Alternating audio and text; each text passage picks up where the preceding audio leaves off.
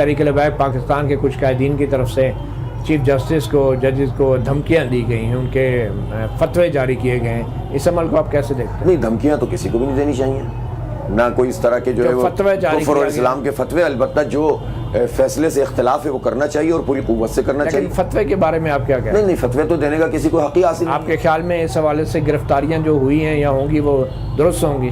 بھائی دیکھیں، آئین کی بالادستی ہونی چاہیے، قانون کی بالادستی ہونی چاہیے۔ مسئلہ یہ ہے کہ پاکستان میں کیوں جینوئن ایشوز پر بات آگے نہیں بڑھتی؟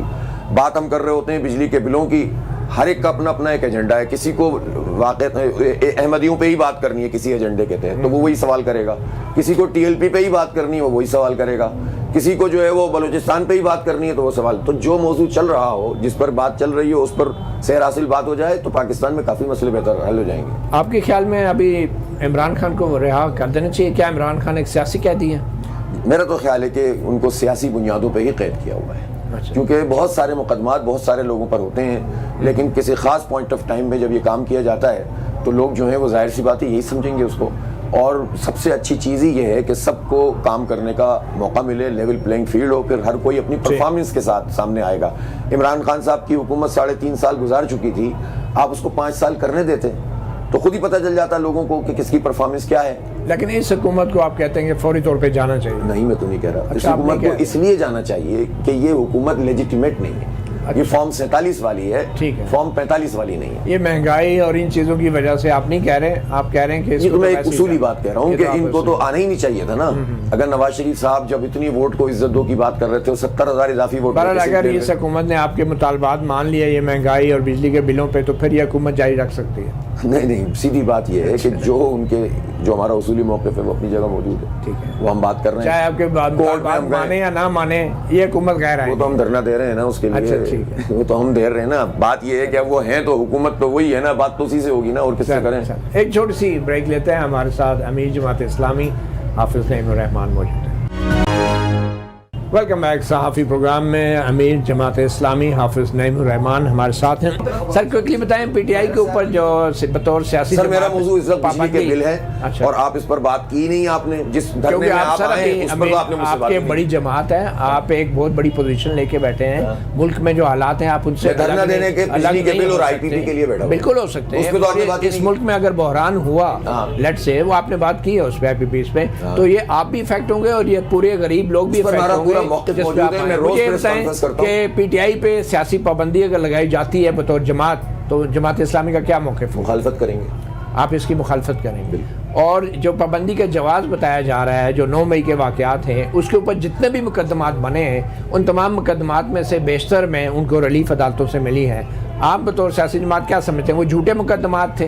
بھائی عدالتوں نے اگر ریلیف دیا تو عدالتوں سے پوچھیں نا، تو صاف ہو گئے نا وہ، تو پھر بھی پابندی لگے گی۔ آپ سمجھتے ہیں 9 مئی کے اوپر عدالتی کمیشن؟ میں نہیں سمجھتا، عدالت میں چیز ہو گئی ہے، بات ختم ہو گئی ہے، میں کیوں اس کے اوپر اپنی رائے دوں؟ اچھا، کوئکلی 2024 کے الیکشن میں جو الیکشن کمیشن کا کردار ہے، اس حوالے سے سپریم کورٹ نے مخصوص نشستوں پہ ایک فیصلہ دیا ہے، ان مخصوص نشستوں کے حوالے سے جماعت اسلامی اس فیصلے کی حمایت کی ہے، آپ نے دیکھا ہوگا، ہم نے بہت واضح طور پر حمایت کی ہے۔ مخصوص نشستیں جن لوگوں نے ایکوائر کی تھیں، مجھے تو ان پر بھی حیرت ہے کہ وہ ایک ہی سانس میں 2 باتیں کر رہے تھے۔ ٹھیک ہے، الیکشن کمیشن کے خلاف جو جوڈیشل کونسل میں شکایت گئی ہے مس کنڈکٹ کی، آپ اس کے حمایت کرتے ہیں کہ ان کی انکوائری ہونی چاہیے؟ بالکل ہونی چاہیے۔ جی اچھا، کوئکلی یہ بتا دیں کہ جو 6 ججوں نے خط لکھا ہے اسلام آباد ہائی کورٹ کے، جس طریقے سے انہوں نے خفیہ اداروں پہ الزام لگایا ہے ہراسمنٹ کرنے کا، اس حوالے سے آپ کیا کہیں گے؟ اور سپریم کورٹ نے ابھی تک جو اس پہ کارروائی کی ہے، آپ اس سے مطمئن ہیں؟ اس پہ کارروائی ہونی چاہیے، اور کس قسم کی کارروائی ہونی چاہیے؟ پوری طرح سے انکوائری ہونی چاہیے، جتنی باتیں انہوں نے کہیں اس کو پرکھنا چاہیے، صحیح ہیں کہ غلط ہیں، اور جو بڑی بات ہے اس کو پتہ ہونا چاہیے۔ اور جو الزامات ججز نے لگائے ہیں، آپ کے خیال میں پاکستان میں یہ چیزیں ممکن ہیں اور ہو رہی ہیں؟ پاکستان میں ان چیزوں کو بالکل بھی نہیں ہونا چاہیے، اور پاکستان میں بدقسمتی سے اس طرح کی بہت ساری چیزیں ہوتی ہیں، اور اب میں اسی لیے جو میری ایک بات ہے وہ سمجھ لیجئے، میرے خیال اسی پہ اینڈ کر لیتے ہیں، کام آگے بڑھ رہا ہے، اس لیے کہ سب کو اپنی اپنی آئینی حدود کے مطابق کام کرنا چاہیے، نہ اسٹیبلشمنٹ اور عوام کا ٹکراؤ مناسب ہے، نہ سیاسی جماعتوں اور فوج کا ٹکراؤ مناسب ہے، نہ ہم مزید کسی کیوس میں مبتلا اپنے اس ملک کو کر سکتے ہیں۔ آئین نے سب کو اپنی اپنی حدود دی ہوئی ہیں، سب اس پہ جائیں، کام کریں، انشاءاللہ پاکستان کا بھلا ہوگا۔ اچھا، آخر میں عزم استحکام آپریشن کے حوالے سے آپ فوجی آپریشن کی تو ہم نے ہمیشہ مخالفت کی ہے، اور اب تو انہوں نے وضاحت بھی کر دی کہ فوجی آپریشن نہیں ہے، تو ہم نے اس کو ویلکم کہا ہے۔ تحریک تحفظ آئین پاکستان جو محمود خان اچکزئی صاحب چلا رہے ہیں، اس کو آپ جوائن کر رہے ہیں؟ نہیں، کیا وجہ ہے؟ نہیں، اس کی وجہ ہے کہ ہم کہتے ہیں آپ ذرا کام کر کے دکھائیں، ابھی تک ان کی طرف سے کوئی چیز ہوئی نہیں ہے. لیکن یہ کاز کافی نہیں ہے آپ کے خیال میں؟ تحریک تحفظ آئین پاکستان کی ضرورت نہیں ہے؟ نہیں، ضرورت تو اپنی جگہ، ہم ان کے ساتھ جاتے بھی ہیں، بات بھی کرتے ہیں، وہ بھی ہمارے پاس آتے ہیں، مشترکات پہ ساتھ چلتے ہیں. میں بتا چکا ہوں. بات یہ ہے کہ ہم اتحاد کا حصہ نہیں بنیں گے، ہمارا فیصلہ ہے. پی ٹی آئی سے رابطے میں سر؟ پی ٹی آئی سے؟ ہاں، سب سے رابطے میں. تھینک یو ویری مچ حافظ نعیم الرحمان صاحب، امیر جماعت اسلامی، صحافی پروگرام کو وقت دینے کا. آج کا اس لیے سیدھی بات ہے، اگر نہ مانے تو پھر کیا ہوگا؟ ہم نہ مانے تو پھر بھی منوائیں. یہی طریقہ ہوتا ہے دنیا میں. لیکن چین ہے نا زیادہ تر ہمارے ساتھ، تو چین تو ہمارا پارٹنر ہے نا، ہمارا دوست ہے، ہمارا اسٹریٹجک پارٹنر ہے، ہمالیوں سے اونچے اور بحر الکاہل سے گہری. کیے ہوئے نا ہم لوگ، معاہدے کیے ہوئے ہیں، معاہدے ریوائز ہوتے ہیں، دستخط کیے ہوئے. ہاں کوئی بات نہیں، پھر بھی بات کیپیسٹی پیمنٹ جب آئی ایم ایف کے ساتھ یونان میں اور چلی میں اور برازیل میں یہ سارے معاہدے ری نیگوشیٹ ہو سکتے ہیں، تو چائنا تو ہمارا دوست ہے، اس سے بات تو ہو سکتی ہے نا. تو اگر سیریس طریقے سے وقار کے ساتھ عزت کے ساتھ بات کی جائے تو ایسا نہیں، ہماری یہ دوستی اسٹریٹجک دوستی بھی ہے. ہم اس کی ضرورت، وہ ہماری ضرورت ہے. ٹھیک ہے. تو اس لیے ایسا نہیں ہے کہ وہ بالکل ہی ڈیڈ لاک ہے اور ختم ہو گیا ہے. میں سمجھتا ہوں کہ اگر رائٹ ڈائریکشن میں کام کیا جائے، وہ پوچھیں گے آپ نے اپنا کیا کیا. کوئی بڑی خبر ہے لوگوں کے لیے آپ کے جو مذاکرات آئے حکومت سے؟ کوئی بڑی خبر ہے، کوئی امیجیٹ نیوز؟ اس دھرنے کا کوئی فائدہ ہوا آپ کو؟ نہیں، فائدہ بالکل ہوگا انشاءاللہ. عوام کو نہیں ہوگا. ابھی تک کے کیا توقعات؟ دیکھیں، توقع یہ ہے کہ پہلے تو وہ سننے کے لیے تیار ہی نہیں تھے. اب وہ آ کر انہوں نے آئے بھی دھرنے میں، پھر بات چیت بھی شروع کی، اب ٹیکنیکل کمیٹی کے حوالے کیا. اگر تو وہ ٹال مٹول سے، ہمیں ان کی نیتوں کا نہیں پتا، لیکن اگر تو وہ ٹال مٹول سے کام لیں گے تو یہ دھرنا ہم اس طرح تو نہیں رہے گا. روز اس میں اضافہ بھی ہو رہا ہے. ہو سکتا ہے ہم پروسیڈ کریں اسلام آباد کی طرف، ہو سکتا ہے کہ ہم اپنے اس دھرنے کے عمل کو پھیلا دیں. میں نے اعلان کر بھی دیا کراچی میں، تو پرسوں سے شروع ہو جائے گا انشاءاللہ. پھر پشاور میں ہوگا، پھر لاہور میں ہوگا. یہ ہم روکیں گے تھوڑی. اب تو آپ تاریخ سے تو اچھی طرح آگاہ ہیں، اسٹیبلشمنٹ کی مدد کے بغیر تو کوئی حکومت نہیں کرائی جا سکتی. تو آپ وہی والا اسلام آباد کی طرف لانگ مارچ کریں گے جو عمران خان نے 2014 میں کیا تھا؟ ابھی تک تو ہمارا جو نا یہ پروگرام بھی نہیں ہے کہ ہم حکومت گرانے والی تحریک شروع کریں. اچھا، ٹھیک ہے نا. ابھی تو ہم حکومت سے یہی کہہ رہے ہیں کہ کیوں آپ ہماری اس تحریک کو اس میں تبدیل کرنا چاہتے ہیں. ٹھیک ہے. کہ جب آپ ہمیں کوئی راستہ ہی نہیں دیں گے، اور ہمارا راستہ ہمیں تو اپنے لیے کچھ نہیں چاہیے بھائی. مطلب ہمارا کیا انٹرسٹ ہے؟ جماعت اسلامی والے کیا لے لیں گے آپ سے؟ ہمیں عوام کے لیے چاہیے. لوگ پریشان ہیں یار. اچھا، آپ کوئکلی یہ بتائیں کہ ساری موجودہ سیاسی اور آئینی اور مالی بحران کا جو ذمہ دار ہے وہ کون ہے؟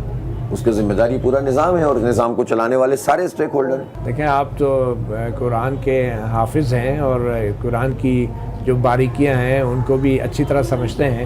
تو بطور امیر جماعت اسلامی اگر آپ کی پارٹی اقتدار میں آتی ہے تو ظاہری بات ہے کہ حافظ جو ہے وہ حاکم بن سکتا ہے، حکمران ہو سکتا ہے.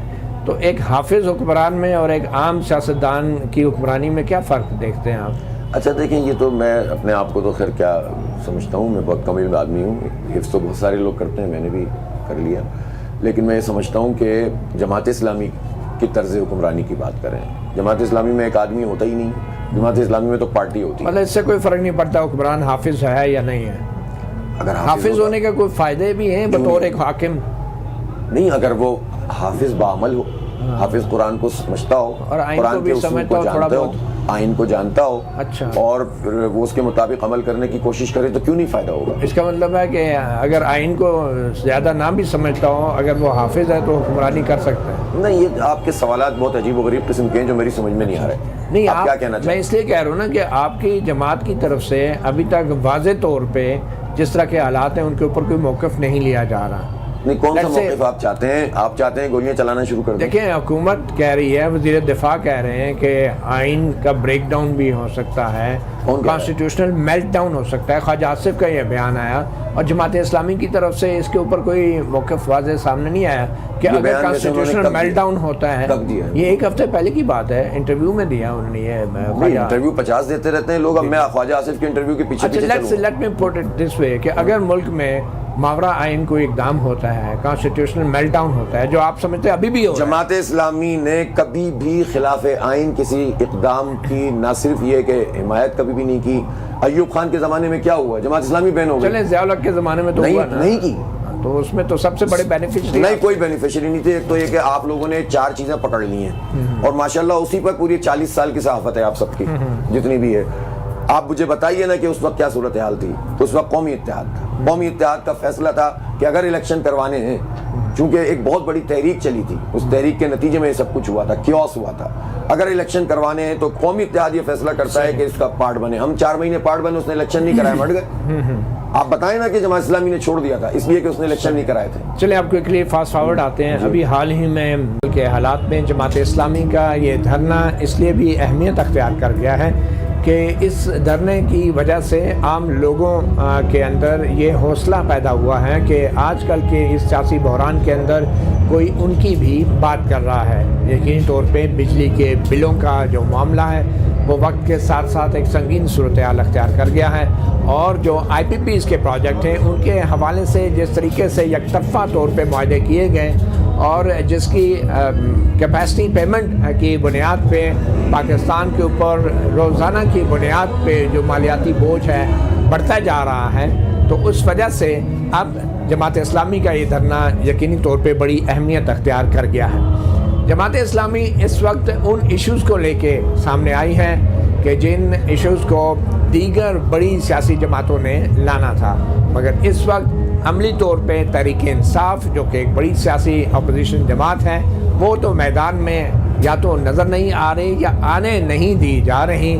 اس کی جگہ اب جماعت اسلامی لے رہی ہیں، اور بظاہر حکومت یا جو مقتدر قوتیں ہیں وہ اس بات پہ خوش ہیں کہ کوئی بھی ہو، مگر شاید دیگر جو بڑی سیاسی جماعت ہیں جیسے پی ٹی آئی وہ کہیں نظر نہ آئے.